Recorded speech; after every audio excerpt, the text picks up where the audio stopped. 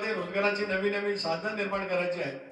दिल्ली मुंबई औद्योगिक वसाहत असेल, विळा भागाड भालेच्या परिसरामध्ये, जावटेच्या परिसरामध्ये येणारे कारखानदारी असेल, ही प्रदूषण विरहित असली पाहिजे।